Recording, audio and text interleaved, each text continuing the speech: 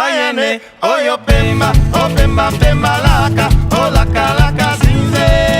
Wayo monzo, o monzo monzo makube, makube mushi, o mushi mushi ngatu, o ngatu ngati mene mene ki mene mene ki.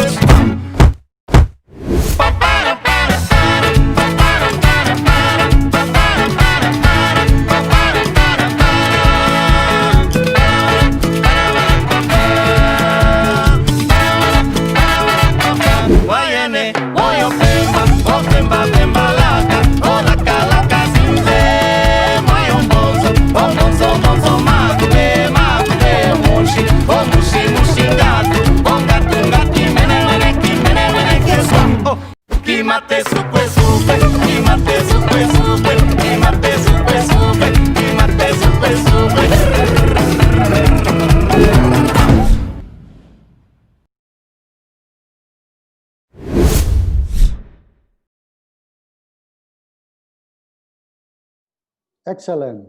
Thank you. Thank you very much. Good morning, good afternoon, everyone. Great to see you. My name is Alvaro Serrano. I am the Communication Advisor for the United Nations Population Fund. And I'm pleased to welcome all of you to this press briefing for the special release of Peace Through Music, a global virtual event for social justice. Playing for Change and the United Nations Population Fund are proud to announce this special program, which is presented by Corning Gorilla Glass in partnership with Gibson in honor of Human Rights Day. As you know, this global event will be released on December 10th at 3 p.m. Eastern Standard Time on the Playing for Change YouTube channel. We have a stellar panel lined up for you today with voices that are both well-founded and inspiring, the voices behind the scenes of this amazing program. But before we start, I have a few housekeeping notes that I want to share with all of you. And the first one is that this briefing is recorded and will be shared with our regional offices in Africa, Middle East, and Asia later today, because the time difference, but we will share it with them. And the current broadcast, it is available in English, and in the bottom, you can find the international globe, so you can find the Spanish interpretation, live interpretation, and the program will be, this briefing will be translated into French and Arabic ready in the next couple of hours. So we have a tight program, so I kindly ask speakers to keep the time, and let me start this briefing asking Mr. Fabrizio Hochschild, who is the United Nations Under Secretary General and Special Advisor for the 75th anniversary of the United Nations. Over to you, Mr. Fabrizio. Thank you very much, Alvaro. And let me just say at the outset how proud we are to partner with UNFPA and you and your team on this initiative. We've associated ourselves because this is also, 2020 is also the 75th anniversary of the United Nations. Now, nobody will remember 2020 as the 75th anniversary of the United Nations. 2020 will be remembered for all sorts of other reasons, dark and not so good reasons. But having said that, the juxtaposition of the two reminds us just how important unity is. We're living at times where we see massive political fractures. COVID has revealed and exacerbated inequalities on a scale that is enormous and frightening. COVID itself, far from uniting the world in terms of coming up with a common approach, has showed greater divisions across the world, as much as there's also been solidarity. And we've also seen in perhaps the biggest challenge of our time, climate, that there are also still deep political divisions and a certain level of denial.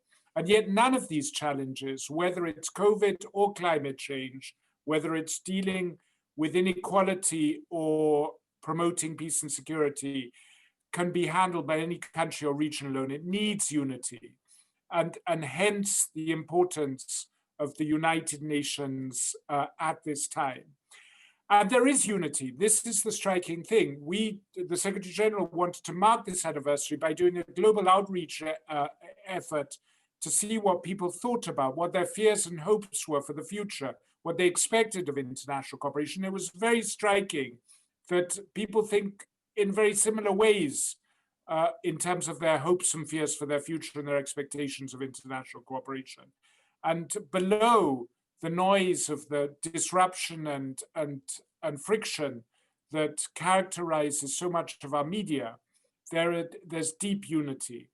And what is the relevance of that to this event? Well, music and the drum beat and the variety of artists that have been brought together.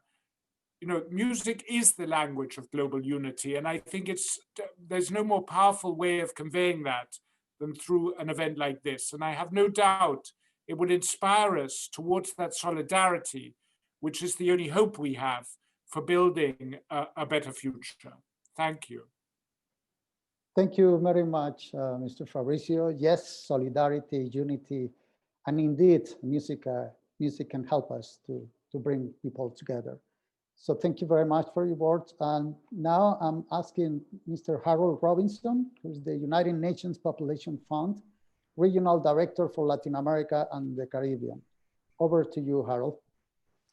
Thank you. Good day, everybody. Thank you much, Alvaro. Greetings from the Regional Office of the United Nations Population Fund for Latin America and the Caribbean in Panama. We're so happy to be able to be here and to partner with you in the context of the 2030 Agenda Sustainable Development Goals, a commitment made to every human being. That commitment made by the countries through the General Assembly that indicated that no one would be left behind, and in fact that we were going to reach those further behind first, regardless of the skin color, religion, ethnicity, location, age, ability, gender, sexual orientation, or any other human dimension that may set them apart from others. So, this agenda is so important, as Fabrizio has indicated. And this year, 2020, we had a plan to use the drums, to use the drum beats to celebrate the Day of Remembrance of the victims of the transatlantic slave trade, and that was going to be March 25th in New York. We were very faithful that that was going to happen. Of course, the rest of the history with the pandemic. But what has been remarkable is that through the impact of the pandemic, then we were presented with an opportunity to partner with the collection of actors that are, represented today. First, the UN and its 76th anniversary, the Playing for Change Foundation, the United Nations Department of Global Communications, to create this event, which is called Peace Through Music. And our idea of having one beat, one heart, a drum dialogue for justice and equality and peace, actually, remarkably, got a much more larger audience, a global audience. And not only could we reach those people who were supposed to gather in New York, but to reach the world. And we're so happy to have been able to partner with the Playing for Change Foundation, with Blackberry Presents, with Corning Gorilla Glass, Gibson Guitars, with the Office of the High Commissioner for Human Rights, to ensure that on this day, on this year, remember, 2020 will also be remembered as the year that the world said enough is enough of racial discrimination, especially against Afro-descendants. And across the world, it was a movement to ensure that we finally put that into racial discrimination. So UNFPA is extremely proud, extremely happy to be part of this coalition of actors to bring peace, justice, development, and human rights to everybody across the world. Thank you very much, Alvaro, and looking forward to a very interesting discussion this morning. Thank you very much, Harold. Indeed, it is reaching the further behind first. I mean, that is the commitment. So thank you very much. And so now following, I would like to ask Craig Mokhiber, Director of the Union Office of the High Commissioner for Human Rights. I know this is Human Rights Week, and please, Craig, if you can share the message from you to us. Thank you. Well, thank you very much, Alvaro, and thank you to UNFPA and Playing for Change, UN75, and also to Keb Mo for being here as well. You're right, this week we are also commemorating the anniversary of the Universal Declaration of Human Rights. And I think more importantly, the ideas that are at the heart of that declaration. The ideas that all human beings are born free and equal in dignity and rights, and that we are all entitled to freedom from fear and freedom from want, without discrimination on the basis of race, sex, language, religion, political opinion, or any other status. And that I have the right to be protected from the criminal who would extort me, or the police officer who would kneel on my neck, or the corporation that would poison my water or my climate. And importantly, that healthcare and housing and food and water and sanitation and decent labor conditions are human rights to which we are all entitled without discrimination, not commodities for sale to those who can afford them, and not privileges to those who are born into them. But I think 2020, as Fabrizio indicated, has shown that there are still a lot of other ideas out there, toxic ideas that are resurgent in our age as well. Ideas like white supremacy and corporatism, authoritarianism, imperialism, racism and xenophobia, sexism and homophobia, Islamophobia and anti-Semitism. So this really is a struggle of ideas, and the struggle for human rights 72 years after the Universal Declaration is far from won. But we have a chance now, we think, a chance to rebuild better in the wake of the pandemic and in the wake of the myriad atrocities that have occurred in 2020. And in doing so, to revitalize the idea of the Universal Declaration of Human Rights in practice, the idea of healthcare as a human right for all people, of racial justice, of social justice, of environmental justice, and of peace. And everywhere around the world now, we know that activists and human rights defenders and communities are helping us to get there. But music can help us to get there too, because if you think about it, no legal document or piece of legislation or UN declaration has the power of human culture, but music does. It can reach through the barriers and that divide us, and the curtains and the walls that hide oppression and injustice and inequity. And 2 days from now, on December 10th, Human Rights Day, as we've heard, music will strike another blow for justice. With the Peace Through Music global event on social justice, which is going to be, I think, truly extraordinary in celebrating these principles. And we hope that everyone is going to be there. And we hope especially that this event will be a catalyst for action and a catalyst for change. So we're really grateful to everyone who has been involved, and we're very, very proud to be associated ourselves. Thanks, Alvaro, back to you. Thank you very much, Craig. Yes, it is commitment, it is action, it is really moving the agenda forward. So great, and definitely Human Rights Day will be a perfect moment to share this with the world. So thank you for your words, Craig. So now I want to introduce two really persons who have made this possible. Whitney Silverstein and Mark Johnson, co-founders of Playing for Change. Thank you very much for believing in the idea, for believing in music, and for believing in humanity. So Whitney and Mark, the floor is yours. Thank you so much. I want to start by just thanking you, Alvaro, and everybody at the UNFPA. Also for our amazing partners in the band, Corning Gorilla Glass, Gibson with JC. Thank you guys so much. And all the amazing musicians around the world who contributed to this event. I believe it was the great Nina Simone who said, how can you be an artist and not reflect the times? And that's what this event is all about. Based on one simple premise, all the things in life that divide us disappear when the music plays.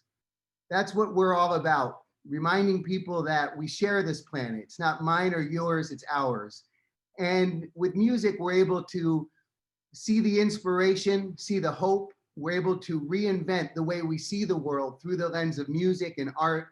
And that's what this whole event is about. Over 200 musicians all over the world coming together to say, we stand by each other. we stand for social justice and human rights for everybody. So it's an incredible opportunity to reflect the times we face. Music was invented for this purpose. No matter what we face as a society, music is a tool invented by us to lift each other up and inspire us to create a better future. So I just wanted to thank everybody so much for believing in all of us, and to all the musicians that worked so hard to make this possible. And I'd like to introduce my partner, Playing for Change co-founder, Whitney Kroenke Silverstein, to talk a little bit about Playing for Change Foundation.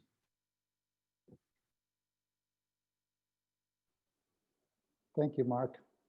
Whitney? Thank you, everyone. Yeah, nice to see you. And Mark, thanks for the introduction. And thank you, everyone, Alvaro and everyone on the call. It's been, this event for us has been a 20 years in the making. I feel as if the project, when we started Playing for Change, our goal has always been to try to get people out of their heads and to speak from the heart, and to collaborate with all of you on this event is the dream culmination of a lot of years of work and trying to figure out how to do that. So we started Playing for Change in 2001. We started traveling around the world like we're doing virtually in this event, and connecting with musicians and communities in different corners of the globe. And we now have 15 music programs with the Playing for Change Playing for Change Foundation. We have 15 programs in 11 countries, and we service about 3,000 students a week, all free music and arts programs. And so being able to collaborate with you all, the United Nations, Corning, Gibson, the Population Fund, it is truly a dream come true. And you're helping us to be able to continue to do this work and be able to look at these issues through the lens of music, which we truly believe is the way to actually make change. So thank you. Thanks to you, Whitney and Mark. Thank you for believing in the idea. Really, that's just making things great. And 20 years, again, it's unbelievable the amount of peace and insights and energy that you have been able to mobilize through 20 years of music, and music from everyone to everyone. Yes. So thank you very much. So now it's my honor to ask Keb Mo, an amazing artist, singer, guitarist, songwriter, and 4-time Grammy Award winner. Unbelievable record. So Keb Mo, please, over to you. Well, first of all, thanks for allowing me to be here. Especially thank Mark Johnson and Whitney for all the work they do. They're like, I'm their henchman. I'm there like, I just work with them. They're amazing. But in terms of human rights and the United Nations and what the UN does is so important. But I think the individual and what we all do on a personal level in our lives and in our communities, the communities that are right around us, the people that are circulating around us. It's like the world is a big organism, but it's made up of atoms and molecules and small cells. And I think those small cells, generate, that's where the cure, that's where the healing comes, in those small cells that generate healing and generate love and generate all those things. So I look at the world kind of like in the community, what's going on around me. I can't see what's going on all over the world, but I can see what's in my community and I can see what I do. So as far as human rights, I don't understand asking someone for my human rights. That's like asking for someone for air. I already have air. Asking someone for like, please let me be free. Please let me, I don't understand that because I'm already free. I already have rights. I'm already, equal. So I don't ask for that. So I think to empower individuals that, that they are something, that they're not small. You are part of, you're important, that everyone's important. And I don't feel important in a sense on a large level, but I feel like important in my spot, in my world. I'm the king. And I'm talking right here, I'm not going out anywhere out there. My wife is the queen of the house and she runs everything, but I'm the king of myself. So I rule my world with great honor and great pride, you know, and I take nothing from anyone else, you know, but I'm here to give and I'm here to be a part of something that's great. That's why I work with people like Mark Johnson and Plan for Change and all this, and Whitney, and that's why I attach myself to these guys, because he's going into work. He goes into communities. He goes down to the cellular, atomic level to create change. So that's all I got. That's all I have to say for now. Thank you, Keb Mo. Very inspiring words. And as you said, you know, it is the grassroots work that matters and that helps to change. So change has to come from the bottom up. And that's exactly what we compromise, what we say from the beginning. Let's make sure that voices are heard and the music is from everywhere to everyone. So thank you, Keb Mo, and that's great. So now moving forward, my pleasure to present Scott Forrester, who is the Vice President and Business Director of Corning Gorilla Glass. And this is perhaps my question is how a technology company believes in music and human rights to change the world. So Scott, over to you. Great. Well, thank you very much, and thanks for having me this morning. I thought I'd spend a couple minutes just kind of giving a little background on Corning, our journey with Gorilla Glass, and just why we're so excited to be partnering on this event. You know, at our core, Corning is an innovation company with a rich 170-year history in material science. We've introduced many life-changing innovations that we use every day all around the world. But probably most of you aren't aware that they originated in our labs here in Corning, New York. For instance, Corning pioneered the first mass production of the glass enclosure for Thomas Edison's light bulb back in the 1800s. We also designed a process to mass produce television tubes in the 1940s, making television affordable for millions of families and creating a new meaning of what a family night is. In the 1970s, Corning invented the world's first low optical loss optical fiber, paving the way for today's global communication networks and providing instantaneous access to data that we take for granted today. In the early 1980s, Corning developed a revolutionary fusion manufacturing process that helped fuel the development of the liquid crystal display market. And as you know, LCD glass today is used on both small laptops, cell phones, and ultra-large TVs that are all around our homes.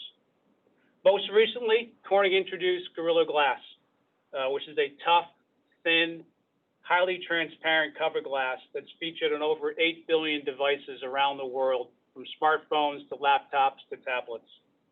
I don't think any of us can argue that smartphones have changed the way we live.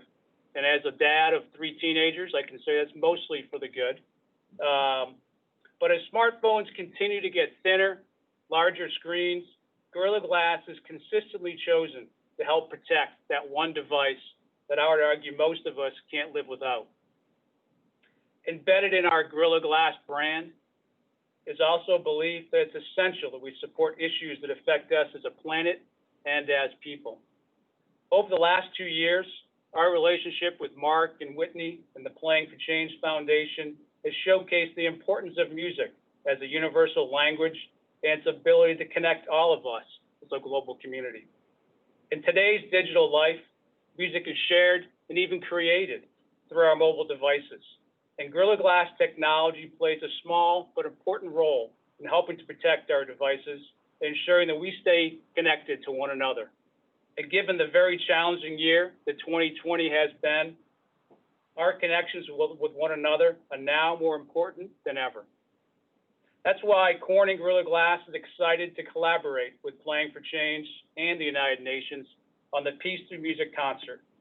They are using power of music and the artist's storytelling to showcase the interconnectedness of humanity and activate the world to stand up for and champion the full protection of human rights for all.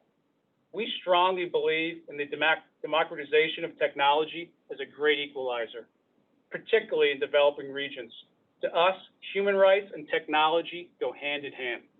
So thanks again for the opportunity to be part of this great event. And then with that, I'll turn it back to you, Alvaro. Thank you very much, Scott. Thanks to you and to Corning Gorilla Glass for all the support. I mean, really, without partnerships, we cannot see these things happen. So gladly to know you have been contributing and helping to make this happen. Thank you very much. So I'm turned to James, JC Curleigh, President and CEO of Gibson Brands.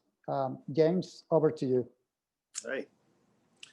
Greetings all from Nashville, otherwise known as Music City, USA. It's a pleasure to be with all of you. And this is as much a professional journey for Gibson as it is a personal journey for me. And from a Gibson perspective, we've been inspiring and creating and supporting and innovating sound for over 126 years. And recently, we've taken this notion of the 126-year-old startup where we can actually leverage the iconic past of Gibson and all of our artists and the guitars we've made, and the innovation, the support for sound, but at the same time, think like a startup. And what would a startup do? It would energize the future, and it would figure out that the future can be as important as the past, and the past at Gibson really mattered. So that's really the mode that we're in.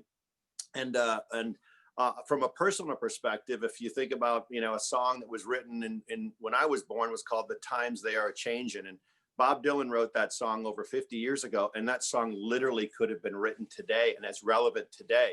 And then you think about in 1987, the United Nations published a profound book called Our Common Future. And that was right when I was graduating from college. And I remember reading this book and saying, just the title alone, Our Common Future, I said, if I ever have a chance to help shape the common future, I'm going to take that chance, even if it's through one guitar at a time. And then 10 years after that, I was introduced to Playing for Change, and more just as a fan of the Playing for Change movement. And I was the president and CEO of a small company called Keen Footwear, and we embraced everything about playing for change and this notion of living a hybrid life and reaching out and connecting people through music was just a profound impact for me even then. And now fast forward to today, as the leader of Gibson, the opportunity to partner with Playing for Change, and then the United Nations that had this profound impact on me with this Our Common Future concept. What better opportunity to come together today to join the powerful forces of the United Nations, who I so believe in what it stands for. As a kid who grew up in 5 different countries, I grew up in diversity. I grew up where inclusiveness was absolutely expected of the community and the engagement. My father was a general in the military. My mom's a free spirit from Canada, and together you get a guy like me, not afraid to lead from the front, but also a free spirit. So I'm really, really excited. I don't think this is just a one-off event for Gibson to support the United Nations and to support Playing for Change. I think this is a start of a movement, of a universal movement where I've witnessed music and the power of music around the world. And when the music starts, arms go up, friendships happen, the power of connection takes place. You heard Keb talk about all the small moments that can turn into momentum. And Keb, great to see you here. I saw you last year at Crossroads, and if you haven't seen Keb live, it's an amazing to see his spirit exude everything we talk about. Mark's energy and his team's energy at Playing for Change and the vision they have for it is really consistent with where we want to go. We started Gibson Gives, and it was about giving the gift of music one guitar at a time. And we're pleased to announce our partnership today, but also we'll be giving to, I believe it's 193 United Nations countries. Anyone who buys an Epiphone guitar in December, up to 193, we're going to give the gift of music to every country in the United Nations, one guitar at a time. So thanks for the opportunity, and good luck with the endeavors. And I think it's one small step for music and our partnership, but one really, really big leap for bringing music together through Peace for Change. Thank you.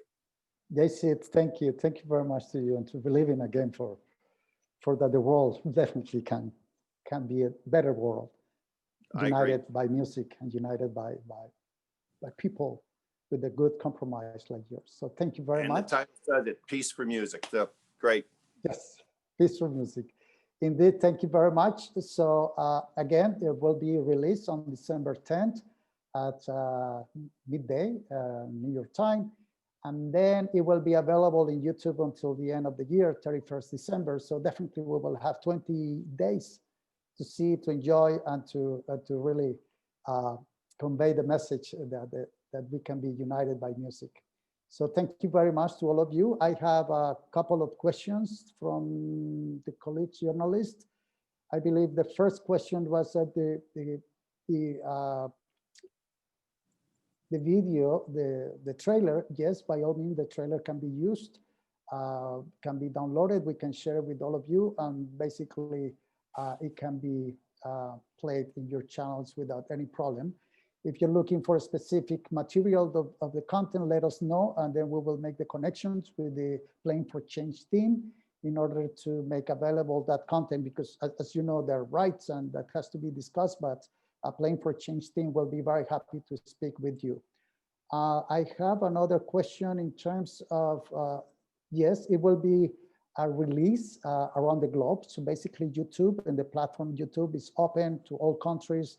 And that is the idea, is it's a global event for a global audience. So definitely you can use it.